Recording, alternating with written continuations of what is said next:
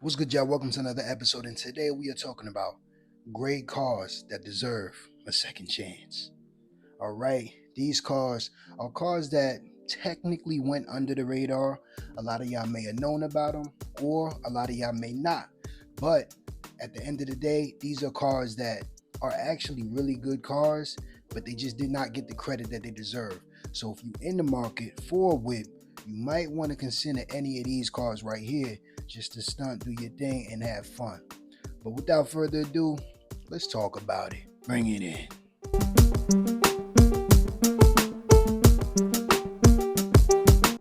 So what's good, y'all? Of course, before we start this video, gotta shout out the merch. Make sure you check lowexcelsapparel.com. The link is in the description of the video, and it's also on the YouTube page as well. Get what you need. We got hoodies, we got sweatshirts, we got beanies, okay?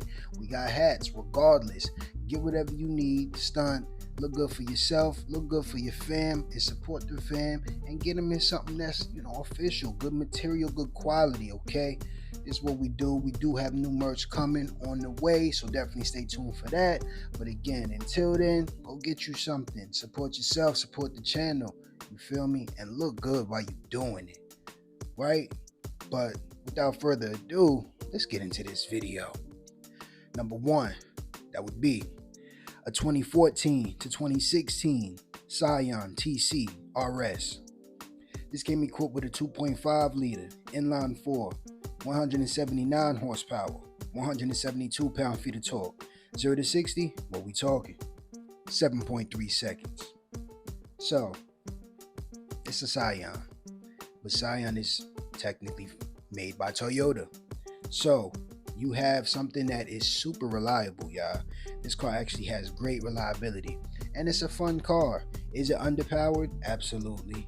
Can it be tuned? Yeah, it can be.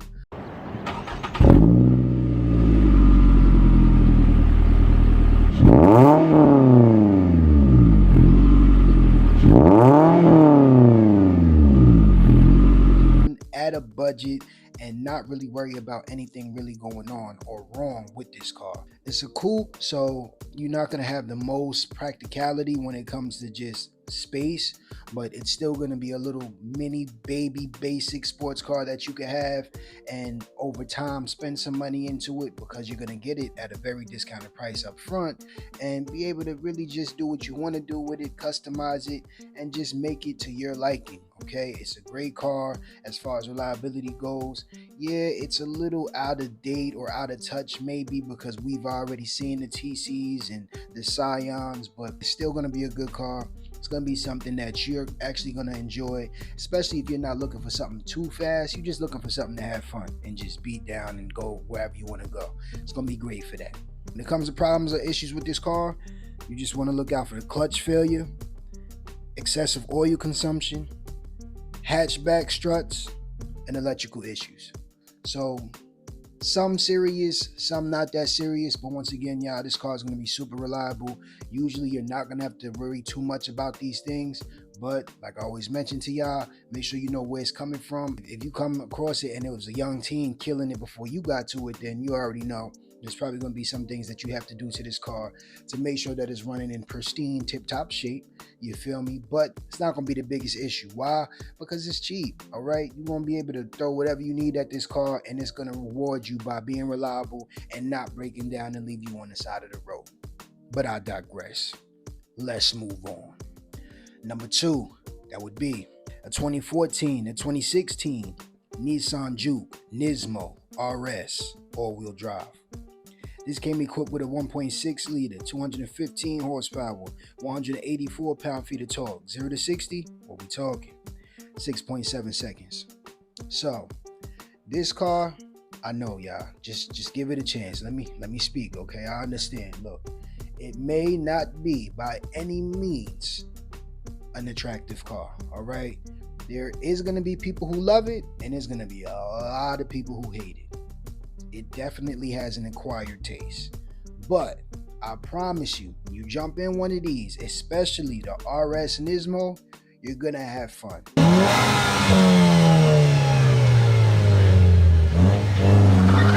Front wheel drive. I hear you. Front wheel drive. This is actually going to be more practical to the Scion because it has 4 doors and it's like a baby compact little SUV type thing, but it's really a car, but still. It just sits a little higher off the ground and it's shaped differently so you can fit a lot of things in it. But this is going to be a very fun car, very tossable car. Mind you, they did have other versions of this car that were slower that came with the CVT. I wouldn't necessarily recommend those, not because they're bad cars, but because they're not fun and they have a CVT and they're very slow. This is the one that you want. This is the top trim of this. And fun fact, y'all, if anybody's wondering, they did also make a Nismo Sentra at this time as well.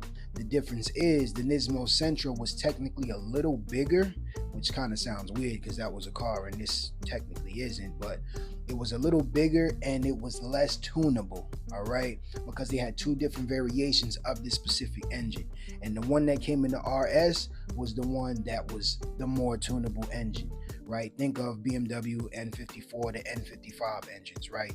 N55 not being as capable as the N54. It's the same situation with this. So the Juke RS is the one that you want to get. It has a little more power from stock or from the factory off rip, and then on top of that it has more aftermarket mods that you can do to this car. You got some people putting 400 horsepower in this car going crazy, and again, it's very small, it's very light, it's very tossable, and it's genuinely reliable, right? It actually has average reliability, but if you ever run into issues, some things that you may see is the clutch pedal, right? Issues with that, turbocharger issues, and the brake master cylinder. Okay, so you definitely want to check for these things when you're in the market for these cars. But believe it or not, there are actually a lot of these on the market, y'all. So if you really was looking for these, or you didn't know about these and you don't want to spend too much money but you still want to have a fun car, definitely jump on the market for these, because you could really get these for nothing right now, and they're actually like everywhere really for sale. And I wouldn't say they're for sale because it's a bad car. I would just say it's really an entry-level car. A lot of people have their fun with this and they want to move on. You feel me? But again, like I said, it's not the best when it comes to reliability, but it's far from the worst. It's right in the middle. It's just straight average, but it's still going to be a decent car, a different car, and a fun car. So definitely, if you're in the market for something like that, make sure you check that out, test drive and see what it's about, especially if you like manuals. I mean, come on, you don't have to have a manual, you get the RS, but they also do have an automatic if you want to just go with the regular Nismo Juke. So keep that in mind. But let's move on. Number 3, that would be a 2009 to 2014 Subaru Legacy 3.0R and the 3.6R. The 3.0R, which was the 2009 model, came with a flat 6, 245 horsepower, 215 pound-feet of torque. But then in 2010 to 2014, the engine switched, went to a 3.6 liter flat 6, 256 horsepower, 247 pound-feet of torque. 0 to 60, what we talking? 6.9 seconds. So now this is a Subaru. Slightly different. If you heard about it, maybe you have, maybe you haven't. But it's actually a good car. Now, mind you, me personally, I did like the body style that was the tailor end of that 09 year. And previously before that, I liked that body style a little better than the actual 2010 version. Stop. Now, hold on, y'all. Before we continue, in reality, the real car you want is the 2.5 GT. That came equipped with a turbocharged engine that also was available with the manual. The one that I'm talking about here actually did not have the manual. That's my mistake. 2005 to 2006 had 250 horsepower with 250 pound-feet of torque, 0 to 60 in 5.3 seconds. 2007 to 2009 had 243 horsepower, 241 pound-feet of torque, around 5.4 to 5.7 seconds. And the 2010 to 2012 had 265 horsepower, 258 pound-feet of torque with 5.7 seconds, 0 to 60. So I had to throw that in there, y'all, but let's get back to the video. But a lot of people had mentioned that the newer model was definitely the more reliable model and just more practical, more fuel efficient, economy friendly, all of the above. Everybody pretty much mentioned that it's just a slightly better car than the previous.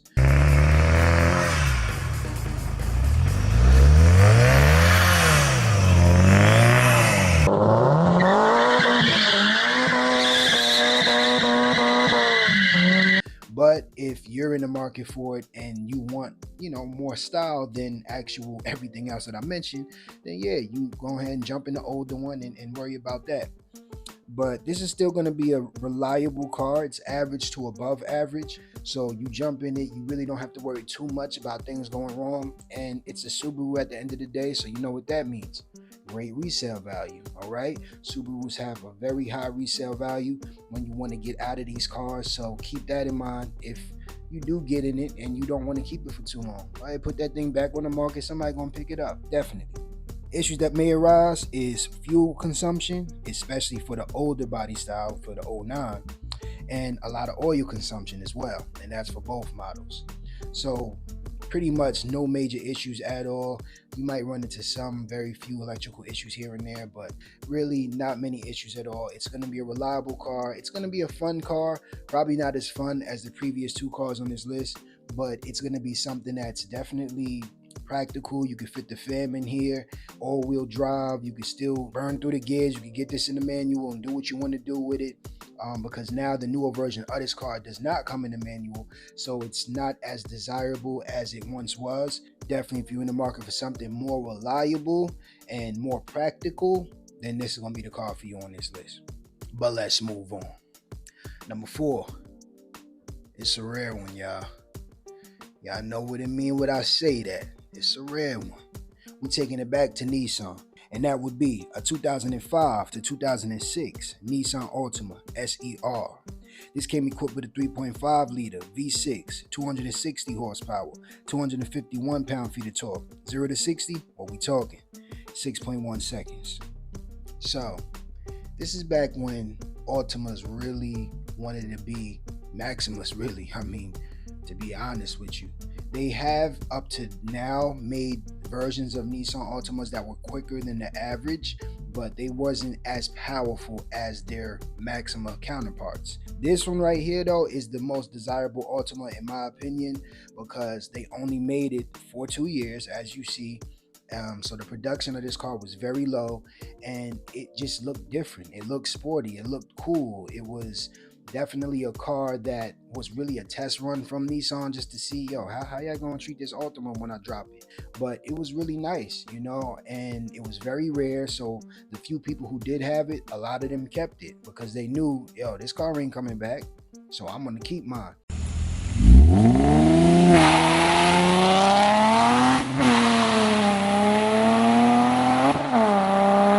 I actually seen one the other day, which was kind of surprising because, like I mentioned, this is not a common car. This actually did have average reliability, but in certain cases, some people had slightly below average, but again, it's still kind of a mid-tier car when it comes to reliability.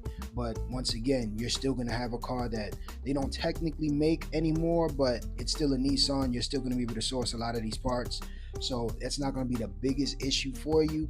It's just more so going to be you're in an older car. This is the oldest car on the list, but it's also the most rare car on the list. So keep that in mind, especially if you want to be different. If you could find one, I would advise you to pick it up.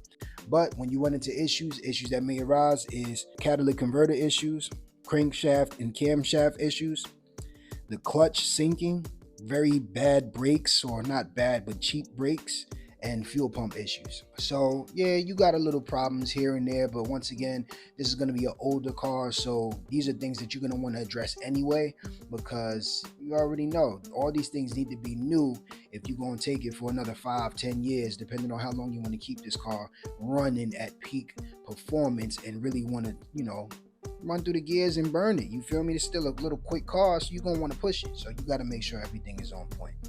But this is definitely going to be a good option for you, especially if you want to just be different, y'all. This is really the car on the list if you really want to just have something rare that nobody got. But let's move on. Number 5 is one of my faves. That would be a 2009 to 2012 Mitsubishi Eclipse GT. This came equipped with a 3.8 liter V6, 265 horsepower, 262 pound-feet of torque. 0 to 60, what we talking? 5.8 seconds. So, I actually own one of these, y'all. I own one. And off rip, the one thing I can say is this was the newest, oldest car that I've ever had. All right. And if that makes sense to you, you get it. If not, I'll explain. So this car it did really everything it needed to do. Now I had a convertible version, and it's still a Mitsubishi at the end of the day. So there was a lot of cheap parts in the interior. The exterior was cool. It was decent. It still looked different. It looked more so like a 350Z a little bit, and it kind of drove like one as well, just not as good. The engine was very powerful. It really loved to burn the tires up.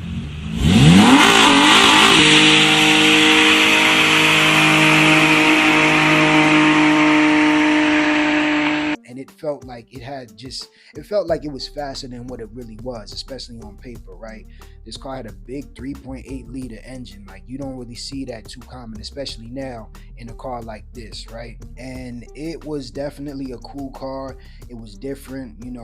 It actually took me a few days, honestly, probably over a week or two, to find out that it even had a rear backup camera. So I had a 2012 convertible, and one day I'm leaving the gas station and I put it in reverse, and I seen like a quick flash somewhere, and I looked up and I'm like, oh snap, it got a little camera in the rear view mirror, which was cool. I never seen that up to that point. It's usually like in the middle, but the thing is, that car don't have a screen in the middle. Like, it's so bare bones, y'all. And the thing is, right, why this car didn't continue to sell, in my opinion, is they just didn't have the money to fund this car, even though it was a good car.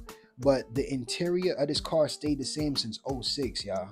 So that's why when I say it was the oldest, newest car I had, they kept everything exactly the same on the interior from 2006 all the way to 2012, which is pretty crazy. And I mean, like, nothing changed, really, like nothing. So it just felt really old when you jumped into this car, but it was still fun all the same. I wouldn't advise you to get the convertible, only because the top is going to have to be replaced very soon if it hasn't been already. I actually had some leaks in my roof, which wasn't fun, but it is what it is. It was an older car, and it's still also going to be pretty heavy. The convertible drove like the best word I can explain was like it had like a wafty type of feel, like, when you be driving and the wind be blowing crazy and your car be moving side to side a little bit. That's what this car did. But to be fair, it is very fast. I went well over $140, in a safe place. Let's just keep it how it is, in this car, and it held it. It did what it needed to do. A lot of people want to race you when they see you in this, and that's funny. And this car sounds great, y'all. This car sounds, again, almost like a 350Z.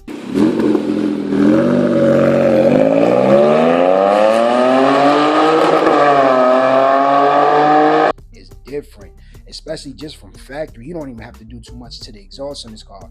It sounds official. So this car was just fun from that standpoint. Cool to burn the tires all day, every day, and it's actually very reliable, y'all. This car is reliable, above average reliability. Issues that may arise is the timing belt, catalytic converter, and transmission issues for the manual. So not too many issues. Some people may bring up some other issues because, once again, it's still an older car, but this car was still good. I didn't have any problems with it as far as the engine goes. Like I mentioned, it was more things like the convertible top leaking, and not being able to find parts for this car. That's the biggest thing, y'all. So with every car on this list, this car is going to be the toughest to continue to maintain as far as getting parts for it, right? If you do get it, just know going in that you're going to need to have some type of third party or people that that's in like a Facebook group or some type of group where you can discuss, I need this part for this car, I need this part for this car, right? Because if not, you're not getting nothing from the dealership from this car. Like, when I bought it to the dealership, they're like, oh, I never seen this before. That's Mitsubishi. You feel me? So they not touching this car like that no more. But there's still some of these on the road, so parts are gonna be there. It's just gonna be harder to find. But still, this is still a great car. I appreciate it every day that I owned it. I got rid of it only because of the parts or the problems that I mentioned just now. It's just not having that confidence to get what I want when I wanted it. But I mean, I'm still not mad at that car by any means. And if you in the market to get something that sounds good, it's still fast, and just, it's not common, it's different, definitely jump into one of these because it's official. But there you have it, y'all. That's my list. Great cars that deserve a second chance. But you already know how I do. I always gotta drop a bonus on you. And the bonus of the day would be, this a rare one too, y'all. Shout out to somebody who mentioned this, because I forgot about it. And that is a 2010 to 2013 Acura ZDX SH all-wheel drive. This came equipped with a 3.7 liter V6, 300 horsepower, 270 pound-feet of torque. 0 to 60, what we talking? 6.4 seconds. So this car, since I seen it when it first came out, has always been something that looked better than what people gave it credit for. It's an Acura. Nobody expects Acura to just come out. I mean, maybe now, right? Because they got the TLX and their cars kind of look way more expensive than they ever have in history. But this still was different, y'all. Like, this car looked like, like I like the shape of that. It had a different shape. This is when crossovers was just becoming a thing, right? And this car wasn't a car. It wasn't an SUV. It was a crossover right in the middle. But just the way that it was designed, it just looked expensive. It looked different. It looked cool, right?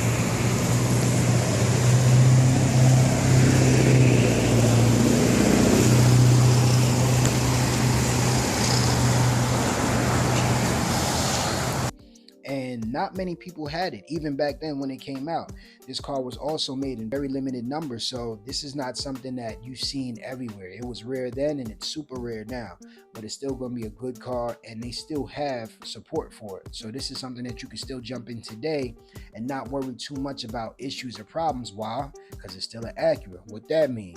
That means this car has above average reliability, so you're not really worrying about issues or problems that come along with this car.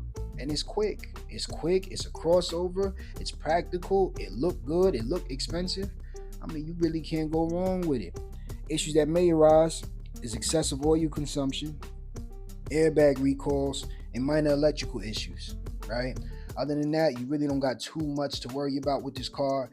It's a nice car, like I mentioned before. It looked good even today. Like, it looks modern.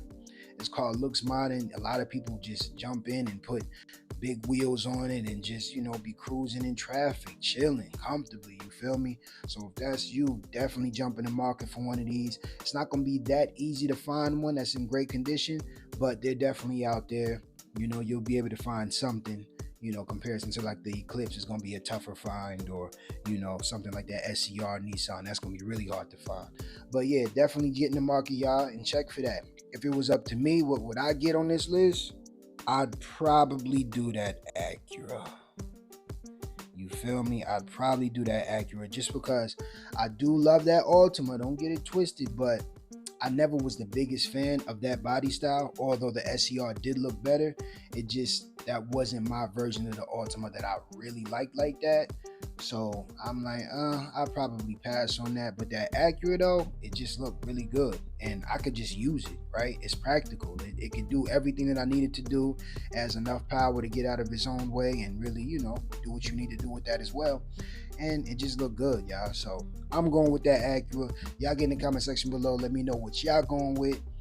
And of course, if y'all need parts for your cars or you want to tune your cars, click the link in my description. Definitely check out what you need, and you can get discounted prices wherever you at. It don't matter where you at. They will be shipped to you, and you will get a great price on it. So don't be alarmed. Feel free to jump in there, get your car right immediately, get it quicker immediately, because that's what we about. We trying to have our cars not only fast, but look good, drive good, and just be on point in every aspect, right? We ain't trying to be pulled over on the side of the road, never that. But if y'all like this video, make sure you share, make sure you subscribe, and just like that, y'all, out of here. Peace.